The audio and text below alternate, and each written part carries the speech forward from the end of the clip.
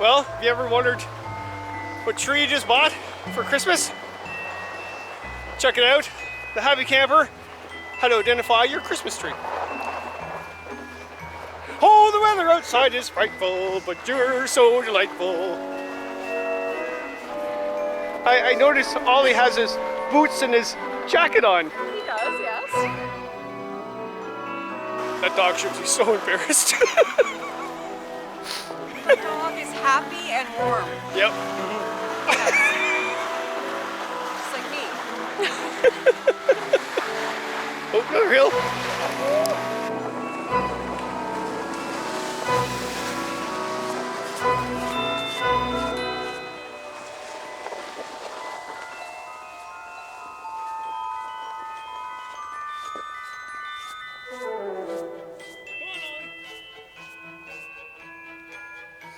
Let's go, come on. Come on. Come on. Come on. Come on. Come on. Come on, Ollie. Come on. Let's go. Come on. Come on. Ah! Come on. Come on.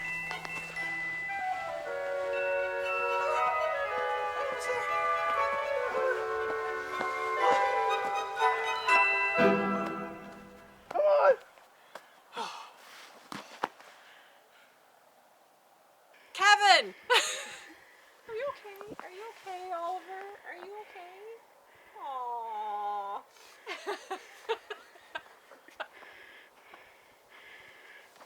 Christine, do you know your Christmas tree? Kevin. Yes, I think I do. That's a balsam. That's because the sign said. Yes. What's wrong with that? Good point. All right, this is a white spruce. So how to identify white spruce? First of all, it's native to Ontario. Some people use Colorado blue spruce as well, and that's a spruce, but it's a totally different species, so we'll look at that later. But this, how to identify spruce, the needles go all the way around the twig like a cigar, and it's round, very prickly as well. So some people don't like this because it gets into the shag carpet after the Christmas is over. And so when you're looking at firs like balsam fir, the needles actually look flat like, whereas spruce go all the way around. It's also conical shape, like a cone. That's why it's the iconic Christmas tree. And yeah, there is black spruce, which people do not use as a Christmas tree, and it's totally different. It's up further north, and it's got a big top to it, all shaggly. It's not cone shaped like a white spruce.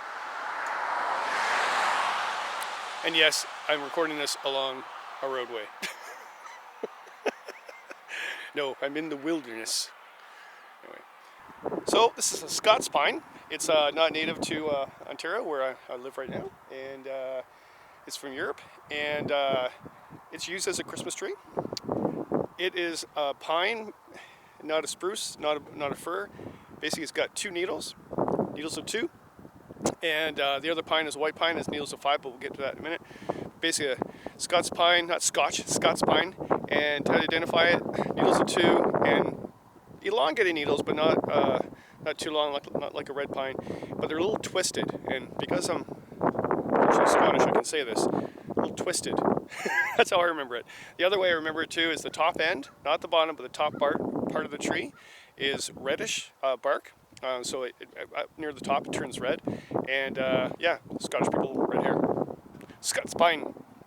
Okay, I wanted to show you the blue spruce here along the road, but it's on someone's property and their home, so I don't want to trespass to go show you the tree.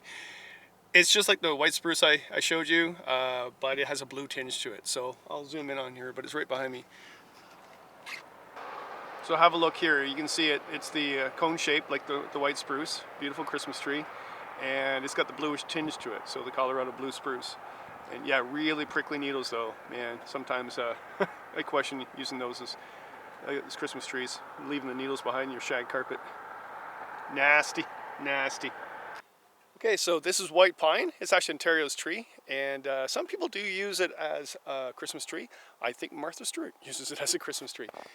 So soft needles, so some people don't like it because it doesn't hold the ornaments very well compared to spruce and fir.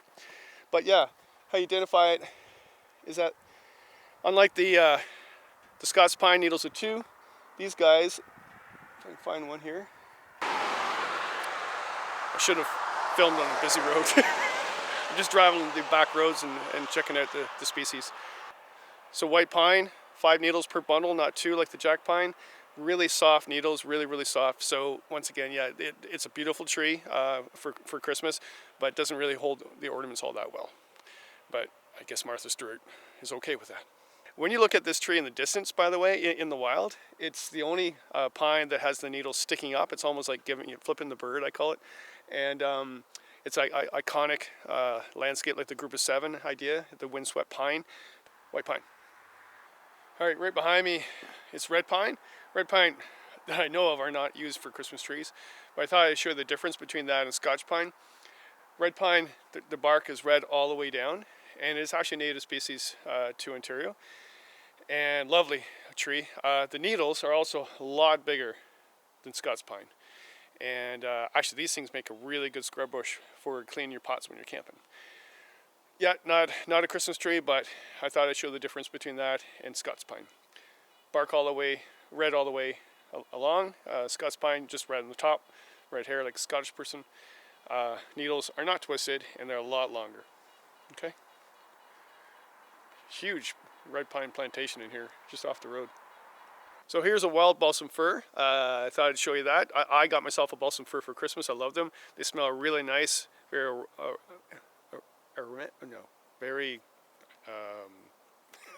don't know what it smells like. It smells nice. Spruce, not so much, especially if you've been sitting for a while. It actually smells like cat pee. If you're winter camping and you use a bough bed, if you use spruce, you'll start smelling really bad. If you use balsam, you'll smell really quite nice, and it will smell the house up really nice for Christmas. Balsam fir. The needles are pretty solid, so it's good to hang on for decorations. So it's a lot better than the pine, and yeah, it's I think one of the most popular trees for Christmas. So it's not a spruce. The needles actually do not grow all the way around. Well, actually they do, but they grow out flat. So like hemlock, for example, which is not a Christmas tree, but it looks similar to balsam, the needles go right out flat like, whereas balsam looks like that, but if you really look closely, they actually grow all the way around the twig, but they go out flat as well. And the key characteristic as well is underneath they have 2 stoma lines, 2 white lines. And hemlock has the white lines too, but they're very prominent, and hemlock also, the needles are very short compared to balsam. So the other thing too, the key characteristic for balsam is a giveaway is the bark. They have what's called resin blisters, okay, so little tiny pimples, and when you push the pimple, all this resin goo comes out. Really good fire starter, by the way, if you want to get a fire going, or if you have a cut and you don't have a band-aid. I've done that before, and it's a good substitute. But yeah, resin blisters. Gooey, gummy, and make sure you're wearing gloves, put the tree up if you have a balsam fir, because you're really sticking everywhere. So here are the resin blisters. Right, see that? There is a resin blister. If I burst it, see that? Gooey, gummy stuff coming out. Really good fire starter. It smells really nice too. So I'll show you how the resin acts as a fire starter.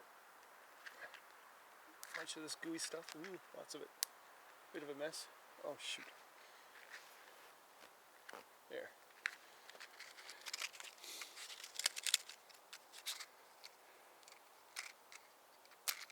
Oops. Cool, eh? Look at that. So that's the resin from a balsam fir. Fantastic fire starter.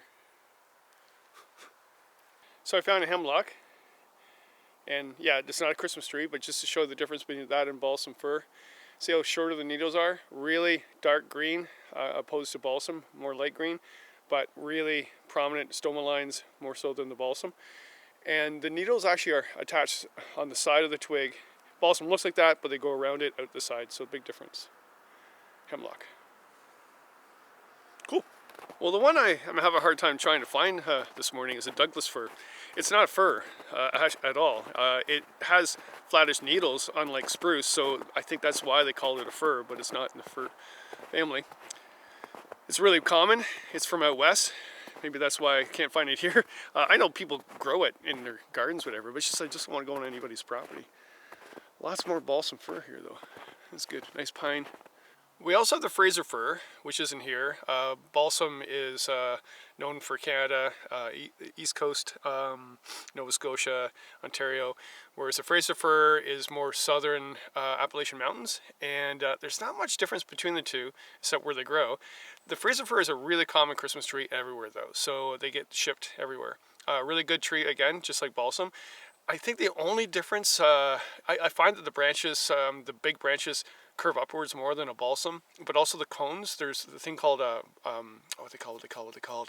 bracts, and actually on the cone, they're actually larger on the Fraser Fir than on the balsam. So you really wouldn't be able to tell. But yeah, just look on the sign saying, yeah, is it a balsam or a fir, or is it a Fraser Fir? But they're both really good Christmas trees. Okay, like before, I'm going to stay in the car because I found some more blue spruce, but they're on someone's property, so I'm just going to film from here. But yeah, you can see right behind me how tinted blue they are compared to the white spruce. Have a look.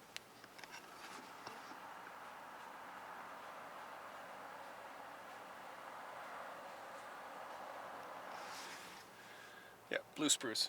Colorado blue spruce. Not native to Ontario, but a really nice Christmas tree, and a lot of people plant them, obviously, on their property. Okay, that's funny.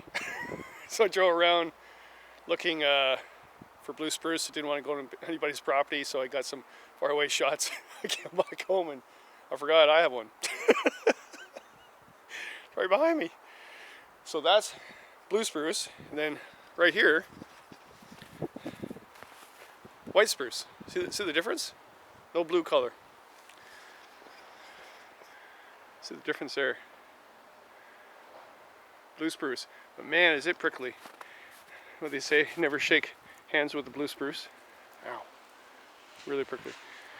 But needles go all the way around, not flat. And I think my neighbor right here has a Douglas fir. I got a better check before. But I'm pretty sure this is. The reason why is that, see, it has like spruce needles.